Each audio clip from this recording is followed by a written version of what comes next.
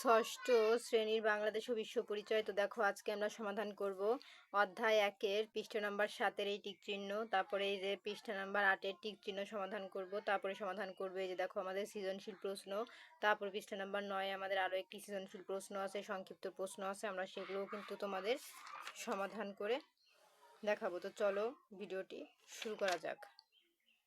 এবং বলে রাখি চ্যানেলটি সাবস্ক্রাইব করে দিতে, কারণ সাবস্ক্রাইব করলে কিন্তু আমি ভিডিও আপলোড করলে অটোমেটিক তোমাদের ফোনে পৌঁছে যাবে। তো দেখো এখানে আমাদের কাজ আছে, এই কাজের ভিডিওতে কিন্তু আমি আলাদা একটি ভিডিও করেছি, পৃষ্ঠা 2 থেকে শুরু করে 7 পৃষ্ঠা পর্যন্ত যতগুলো কাজ ছিল সব কিছু একটি ভিডিওতে আছে। আর আজকে শুধু আমরা এই টিক চিহ্ন আর প্রশ্নের সমাধান করব।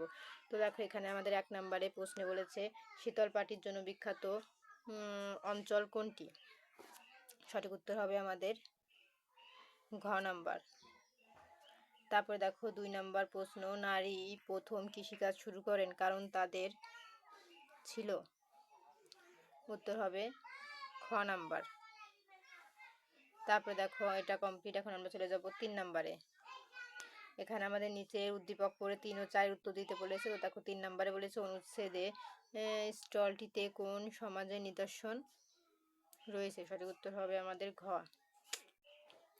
4 নম্বর, উক্ত সমাজ ব্যবস্থার ফলে, তো উক্ত সমাজ ব্যবস্থার ফলে আমাদের 4 নম্বর উত্তর হবে খ নাম্বার। ঠিক আছে, তো এই ছিল আমাদের টিক চিহ্নের সমাধান। এখন চলে যাব আমরা সৃজনশীল প্রশ্নে। তো সৃজনশীল প্রশ্ন দেখো আমাদের চিত্র 1 এবং চিত্র 2 আছে। তো আমাদের ক আর খ মুখস্থ দিতে হবে, আর গ আর ঘ নাম্বার হচ্ছে আমাদের এই সৃজনশীল থেকে ছবি থেকে দিতে হবে। তো দেখো ক নাম্বারে বলেছে পোড়াবাড়ি কিসের জন্য বিখ্যাত?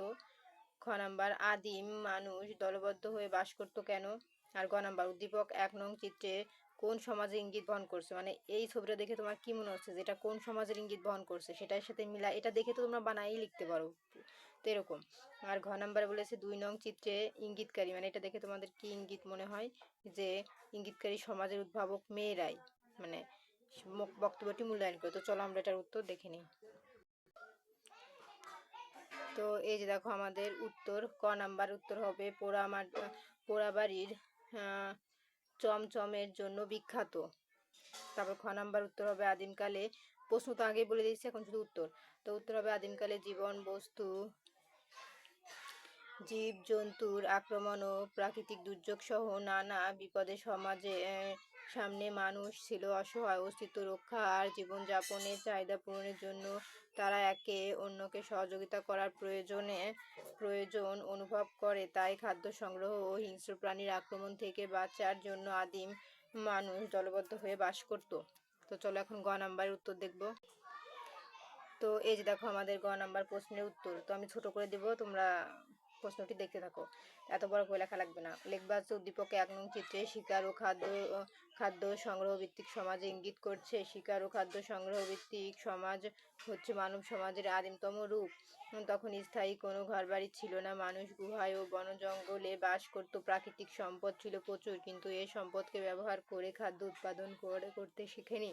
বন জঙ্গল থেকে তারা খাবার খুঁজে নিত আর শিকার করতো। তো তোমরা এই করতো পর্যন্ত লিখলেই কিন্তু হয়ে যাবে, এত বড় করে তোমরা লিখতে পারবে না। যদি লিখতে পারো তাহলে যে এই করতো পর্যন্ত লিখে দিবে, আর যদি কেউ আরো বড় করে লিখতে চাও তাহলে এই পুরোটাই লিখে দিবা। ঠিক আছে, তো পুরোটা আমি আর পড়লাম না, তোমরা স্ক্রিনশট দিয়ে নাও।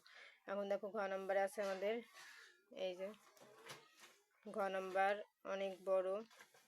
ঘ নম্বরে আছে উদ্দীপকে 2 নং চিত্রে ইঙ্গিতকারী সমাজটি হচ্ছে উদ্যান কৃষিভিত্তিক সমাজ। সমাজ বিজ্ঞানীরা বলেন মেয়েরাই প্রথম কৃষিকাজে উদ্ভাবন করেছে। আদিম সমাজে পুরুষেরা যত শিকারের সন্ধানে আর ফলমূল সংগ্রহণের ভার ছিল মেয়েদের ওপর। খাবার সংগ্রহ করতে গিয়ে মেয়েরা নিয়ে আসতো বুনো গম আর বালি, মেটে আলু, কচুর মূল ও কন্দ। তাদের থাকার জায়গার পাশে গম ও বালির দানা পড়ে জড়িয়ে উঠত চারা গাছে পড়ে দেখা দিত শীষ ও দানা। এ ঘটনা দেখে মেয়েরা মনে বীজ ছিটিয়ে শস্য পাওয়ার ধারণা সৃষ্টি হয়। কৃষিকাজের এই পর্যায়কে বলা হয় উদ্যান চাষ। তো তোমরা চাইলে এই পর্যন্ত লিখতে পারো, আর যদি কেউ বড় করে লিখতে চাও তারা কিন্তু এইখান থেকে এই পর্যন্ত লিখতে পারো। ঠিক আছে, তো আমি তোমাদের কিন্তু এইখান থেকে এই পর্যন্ত ছোট করে দিয়েছি, আর বড় করে লিখলে এখান থেকে এই পর্যন্ত লিখে দিবা। ঠিক আছে, এই ছিল আমাদের ঘরের সমাধান। তো দেখো আমাদের সৃজনশীল প্রশ্ন এটা কমপ্লিট। এখন চলে যাব 2 নম্বর সৃজনশীলে। তো দেখো 2 নম্বর সৃজনশীলে আমাদের বলেছে এই যে সৃজনশীল প্রশ্নটা তোমরা পড়ে নিও, আমি আর পড়লাম না, আমি শুধু এই প্রশ্নটা পড়ি। ক নম্বরে বলেছে সমাজ কাকে বলে? খ সভ্যতাকে কৃষির অবদান বলা হয় কেন? গ ঘটনা 1 এ তোমার পাঠ্য বইয়ের কোন ধারণার উল্লেখ করা হয়েছে তা ব্যাখ্যা করো। এই যে ঘটনার 1 দেখে তোমার কি মনে হয় সেটা উল্লেখ করো। ঘটনা 2 নির্দেশিত সমাজ ব্যবস্থার স্তরগুলো বিশ্লেষণ করো। এই যে ঘটনা 2। তো চলো আমরা উত্তরগুলো দেখে নিই। এই যে দেখো আমাদের ক নাম্বারের উত্তর হবে মিলেমিশে থাকা একতাবদ্ধ মানব গোষ্ঠীকে সমাজ বলে। খ নাম্বার উত্তর হবে কৃষিকাজের মধ্য দিয়ে সমান জীবন ও সভ্যতার উন্নতি হতে থাকে। কৃষিকাজের উপযোগী স্থানে মানুষ স্থায়ীভাবে বসবাস শুরু করে। এই সমাজে উদ্ধৃত ফসল অবসর জীবনযাপনকারী শ্রেণীর উদ্ভব করে। এদের মধ্যে কেউ কেউ ব্যবসা বাণিজ্যে অংশগ্রহণ করে এবং নগর জীবনের বিকাশে ভূমিকা রাখে। কৃষি উদ্যান ফসল সভ্যতার সূচনা করে। এ কারণে বলা হয় সভ্যতা হচ্ছে কৃষির অবদান। তো এখন দেখো গ নাম্বারের উত্তর। ঘটনা 1 এ আমাদের পাঠ্য বইয়ে রেশমি শাড়ি তৈরির জন্য তুঁত গাছের রেশম কীটের কথা উল্লেখ করা হয়েছে। উদ্দীপকে ঘটনা 1 দেখা যায় রিমা তার নানা বাড়ির রাজশাহী একটি এলাকায় বেড়াতে গিয়ে একটি বিশেষ গাছ দেখতে পায়। সে জানতে এরপরে নিচে আরও আছে, আমি দেখাচ্ছি।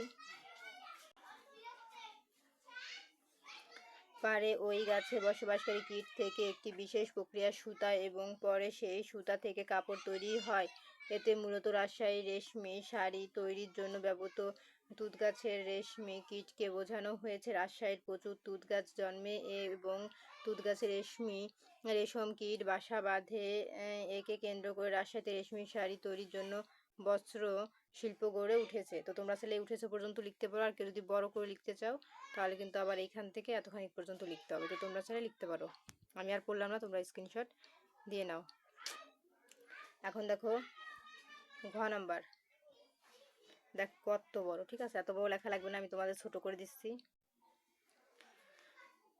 তো উত্তর লিখবা ঘটনা, এই যে উত্তর লিখবা ঘটনা 2 এ নির্দেশিত সমাজ ব্যবস্থা দ্বারা কৃষি শিল্প ও শিল্প বিপ্লব পরবর্তী স্তরগুলোকে বোঝানো হয়েছে। মানব সমাজ পরিবর্তনশীল। সমাজ বিকাশের বিভিন্ন স্তরের মধ্যে কৃষি শিল্প ও বিপ্লব শিল্প পরবর্তী সমাজের স্তরগুলো আমাদের বর্তমান সমাজকে স্পর্শ করেছে। কৃষিকাজের মধ্য দিয়ে সমাজ জীবন ও সভ্যতার উন্নতি হতে থাকে। এরপর ইউরোপের মধ্যযুগে শেষ দিকে বিজ্ঞাপনের গুরুত্বপূর্ণ উন্নয়ন শিল্পভিত্তিক সমাজে উন্নয়ন ঘটে। এরপর জ্ঞান বিজ্ঞানের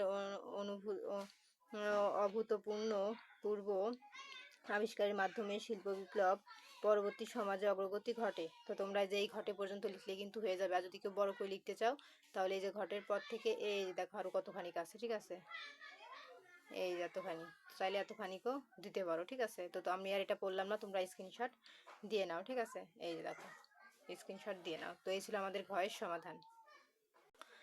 তো দেখো আমাদের কিন্তু এই 2 নাম্বার সৃজনশীল প্রশ্নের উত্তরও কমপ্লিট। এখন চলে যাবো আমরা সংক্ষিপ্ত প্রশ্নে। তো দেখো এখানে আমাদের সংক্ষিপ্ত প্রশ্ন আছে 3টি। একে বলেছে কিভাবে সামাজিক সম্পর্ক গড়ে ওঠে। 2 সাধারণভাবে সমাজের বৈশিষ্ট্যগুলো কি কি। 3 ইউরোপে শিল্প বিপ্লবের সূচনা হয় কিভাবে। তো চলো আমরা এটার উত্তর দেখে নিই। তো এই যে দেখো আমাদের 1 নাম্বার প্রশ্ন আর উত্তর হবে মানুষ একাকী বাস করতে চায় না, নিরাপদে ও শান্তিতে বেঁচে থাকার জন্যই সবাই দলবদ্ধভাবে বাস করে। এইভাবে মিলেমিশে বাস করার ফলে মানুষে মানুষে আত্মীয়তা ও বন্ধুত্বের সম্পর্ক গড়ে ওঠে। সাহায্য সহযোগিতা সহানুভূতি দ্বন্দ্ব পারস্পরিক নির্ভরতার মতো বিভিন্ন সম্পর্ক এভাবে মানুষের মধ্যে সামাজিক সম্পর্ক গড়ে ওঠে। তো এই ছিল আমাদের 1-এর সমাধান। তারপর দেখো আমাদের 2 নাম্বার প্রশ্ন আর উত্তর। এই যে প্রশ্ন আর উত্তর হবে বিভিন্ন শ্রেণী পেশার মানুষের দলবদ্ধ বসবাসের মাধ্যমে গঠিত সমাজের বিবিধ বৈশিষ্ট্য বিদ্যমান। তবে সাধারণভাবে সমাজে 2টি বৈশিষ্ট্য বিদ্যমান। এর প্রথমটি হচ্ছে বহু লোকের সংঘবদ্ধভাবে বসবাস করা, আর দ্বিতীয় হচ্ছে সংঘবদ্ধতার পিছনে কোনো উদ্দেশ্য থাকা। এখন দেখো 3 নাম্বার প্রশ্ন। এই যে আর উত্তর হবে 18 শতকে ইংল্যান্ডে বাষ্পচালিত ইঞ্জিন আবিষ্কার হলে উৎপাদন ব্যবস্থায় বিপ্লবের সূচনা হয়। এই ইঞ্জিনের ধারণা কাজে লাগিয়ে বিজ্ঞানীরা পরস্পর আবিষ্কার করেন সুতা কাটার মাকু, বাষ্পচালিত জাহাজ ও রেলের ইঞ্জিন প্রভৃতি। এভাবেই ইউরোপে শিল্প বিপ্লবের সূচনা হয়। তাই শিল্প বিপ্লব শুরু হয়েছিল ইউরোপে, পৃথিকত ইংল্যান্ডে।